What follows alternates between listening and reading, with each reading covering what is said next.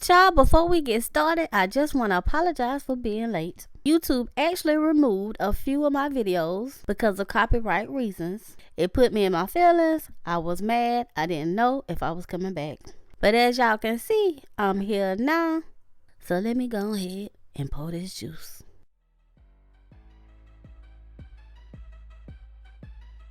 What's up, y'all? It's your girl, Aston Shanae. Welcome back to The Juice.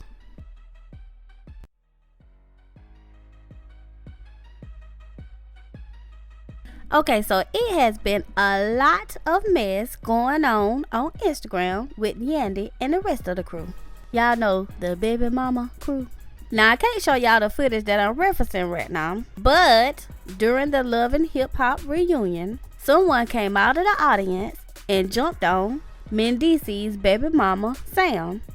Now, after everything calmed down and everybody was brought back to the stage, Sam directly asked Yandy, did she know who it was that ran out of the audience and jumped on her? And Yandy, with a straight face, said, no, actually, I didn't even see it. So they played the footage back, and not only had Yandy seen the attack, but she actually said, who was that? Keisha? Or one of them hood names, child, I really don't remember. So basically, Yandy just sat on stage in front of everybody and lied about knowing the person who attacked Sam. And y'all know me, I'm on Twitter, minding my business, being nosy, and I come across a tweet from Ali. She says, Yandy Smith is a whole pathological liar. Hashtag my God. So then Yandy, being the sneak disser that she is, posts a meme of herself that says a boss chick is about her business. Stay on your job and hustle so hard that your haters ask you to put them on. Then she writes this as her caption. She says, very true. I sure put a few secret haters on. They bash you from the same mouth they beg from. Shaking my head.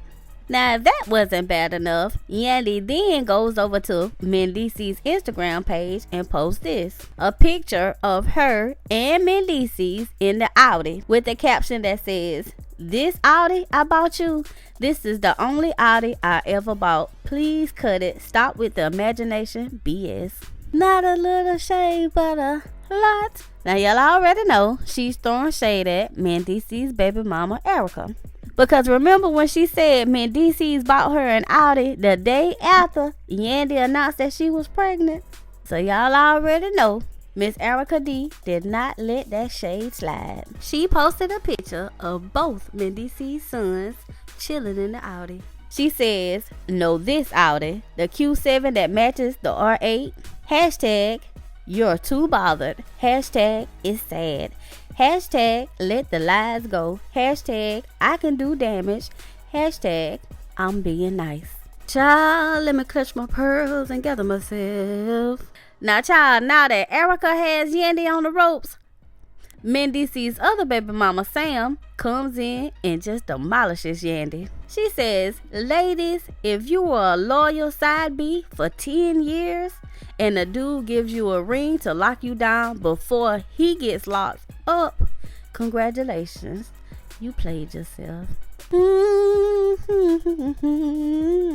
There's something on my mind. Won't somebody please tell me why Yandy played herself? Child. Now y'all already know I ain't heard a peep from Yandy since then. So the question is, was Yandy lying? Is Yandy lying? And will she continue to lie until Mendeecees gets out of jail and shows his true colors? I don't know, child. Don't start me to lie now. Now, y'all know I minds my business.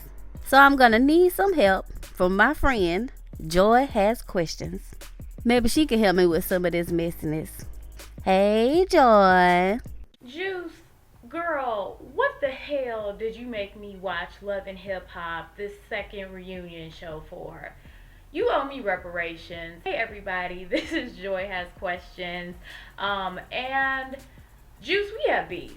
Because from watching Yandy get caught with her little sharp pointed lies that were just as angled as that little raggedy bob she had, to watching Kimbella, I like Kimbella, but someone really needs to like buy Jewel's mixtape so he can get her a better Dominican to do her hair. Like the show was just dumber than I have ever thought I could see it be. And every time I just looked at Remy Ma, I was like, if I was on that show, I'd be sitting there right there with my man doing the exact same thing, laughing at everybody. Let me just take it from the top.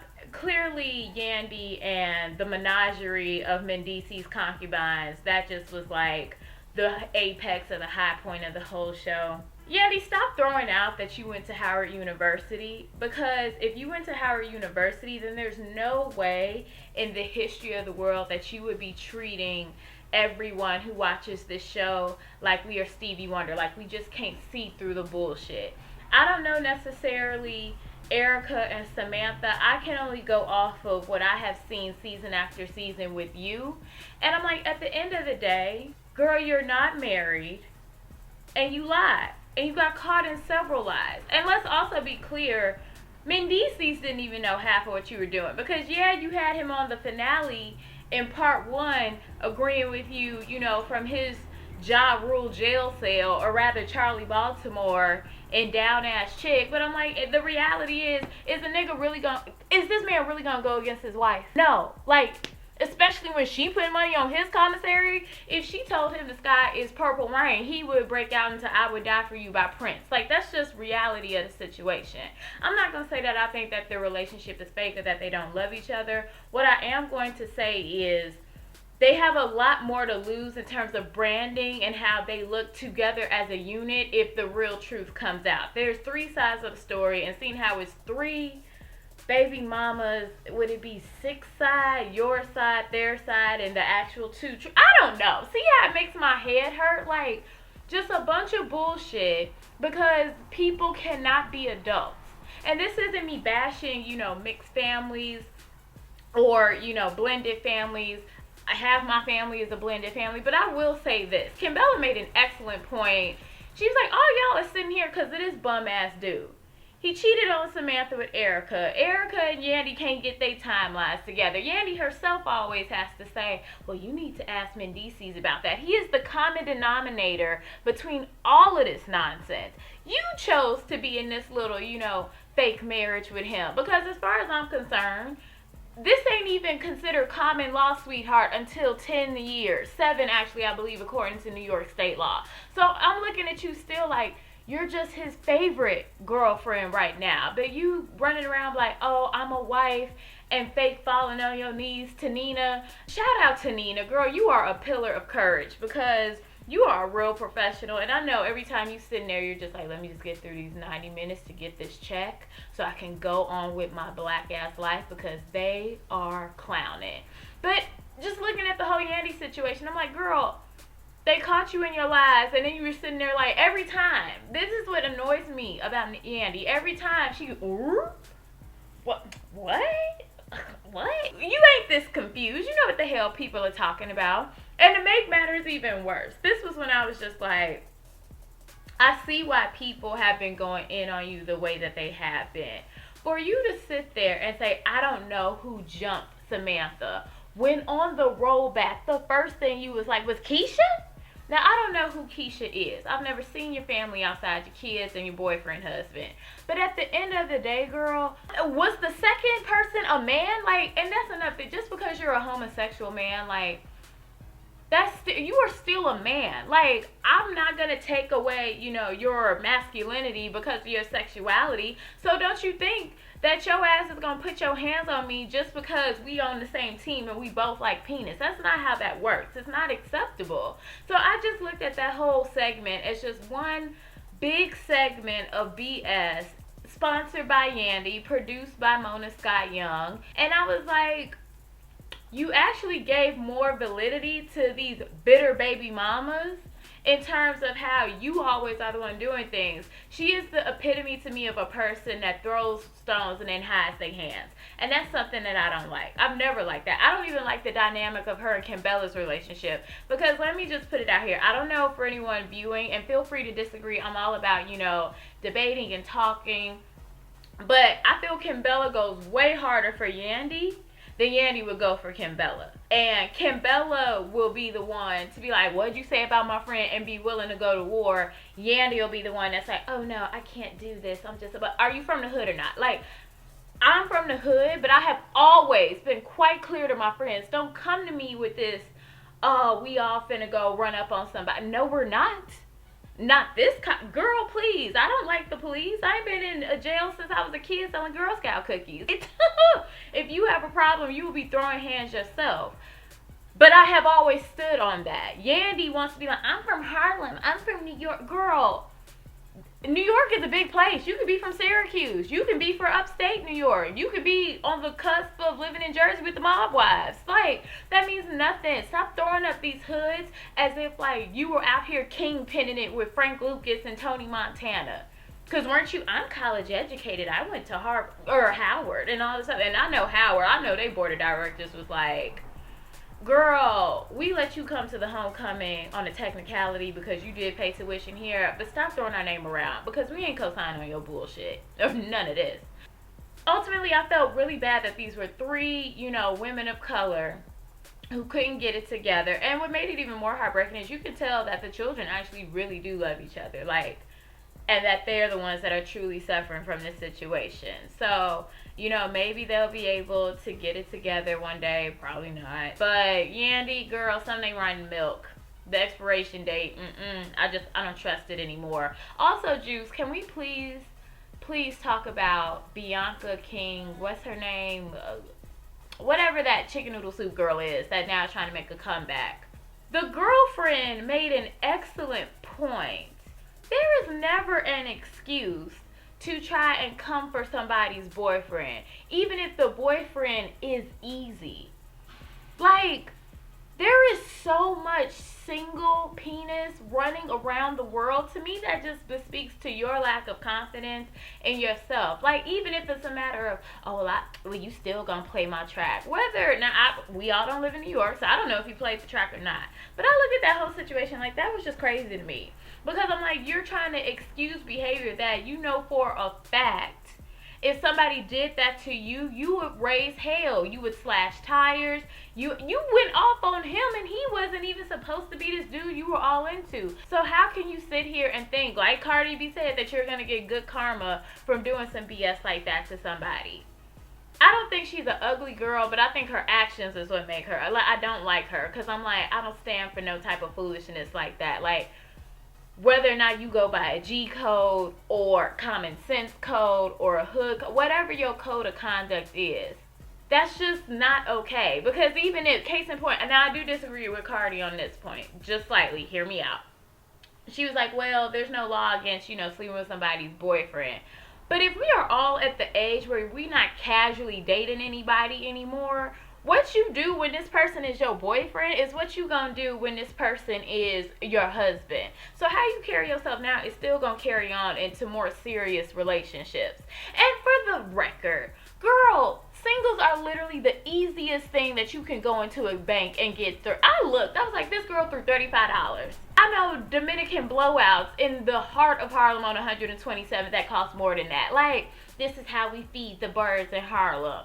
Girl, with change, like with laundry money, like with a Metro card monthly, like I don't get what you thought you was doing there. You ain't throw like stacks on stacks on stacks on this girl. You had a smooth $42.78 in your bra, and you proceeded to throw it at her. And what did she do? Like me, with my petty self, I'd have picked up every dollar and been like, thank you, because I'm vegan and I needed some more fruits and vegetables in my house. So okay, girl. And then I'd probably smacked her. But that's just because off principle, you don't throw nothing in nobody's face, especially dirty money and New York money. Ugh.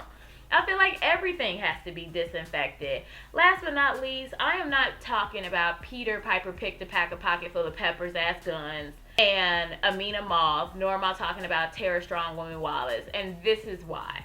Every time it comes to their segment, Nina asks the same question, or Mona asks the same question, or an audience member asks the same fucking question that they have been asking for the past, 4 seasons that these fools have been on the show. And every time someone goes, are you still sleeping with Amina? he pussyfoots, he shucks and jives, he gets Bubba Gump, voice from Forrest Gump. He don't know what's happening. His eyes get big. He starts sweating like E.T.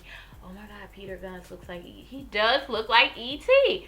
He just blatantly gets caught up in the fact that he's still dealing with the both of them. And then Tara, this is the key though, to let you know that Tara still wants to be with him and that she just be stunting. Because every time he does it, she gets like, you can see the emotional reaction and she gets shocked. A woman that clearly does not care would be like, I would expect no less from your dirty, trifling, broken, emotionally wrecked ass. On the other hand, how you writing a goddess book manual? Beyonce can write a goddess book manual. She can pull from the reaches. You, girl, need a therapist and a prayer coach. And Amina Butterfly, with this underbite, overbite combination that she got going on, thoroughly annoys me because she still likes to pull from that whole thing. I would leave you if you want me to leave you. Like, stop with this weak woman, reverse psychology, Dr. Phil bullshit. Because at the end of the day, you did not know that he was married or in a relationship or whatever BS that they had going on because you wanted to willfully be blind. When have you ever known a man on planet Earth that is dating somebody or even living in the house with his baby mama and you don't think that that would be a little bit suspect? No. I didn't know he was married. Like, she still bases it off of that. And then afterwards, she still goes, well, I mean, we have this connection. We love each other. Girl, get somebody else to play these little Carlos Santana, Maria duets with you and move on. Because you look ridiculous. I just wish she would go back to Germany. So, I don't want to, like, she had all the potential to be successful, and now Lyrica Anderson then took your spot, because honestly everyone likes her better. She had more self-worth from Love and Hip Hop LA, and she sounds like you. So now it's like, yeah, you have a unique voice, but there's another girl with just an equally unique voice that is just as talented and actually has her self-respect, and a husband that be all up on the IG with her going, hey babe, do you have my pearl necklace? No, not the 3-strand, the 2-strand one. Or, damn, I need some nail polish remover. Because, my black, this charcoal gray is chipping. Do you have it? Like, I love them together. You have officially been replaced by somebody else, part of the same franchise, just a different city, who had more common sense to come on the show and actually focus on their music, other than their sad vagina monologue issues that they were having. And then on top of it, there are real children involved in this craziness. That's pretty much all that I have to say in regards to what I saw on Lies and Lace Front's season finale. Only thing I regret, I really, really, really wish they'd have done it just like on the 27th, and we all know why. Because Remy Ma, we're going to talk about that juice another day. I can't. But hey everybody, that is it for me. My name is Joy Has Questions. That is Joy with an I, not with a Y. You can find me on IG. Definitely go flood my IG and just look at it to see if you like the content in terms of what I talk about. I'm a womanist. I'm all about pussy power and empowering people of color. I love all things sophisticated and ratchet and everyone living your true authentic self, which is why I love Juice, because she plays into my nice hood girl appeal so I can feel gangster. Love you, girl. Everyone, thank you for watching, and I will see you later. Bye. Well, I'm definitely going to need you guys' opinions in this situation, because y'all know I don't get in other people's business like that. Well, we're about to be out of here, but before we go, we want you guys to leave us a like. And remember to subscribe to our channel for the juiciest gossip commentary around. And don't be shy. Leave us your opinions in the comments. Good, bad, or indifferent. I love them all. And with that being said, you guys, we are out of here.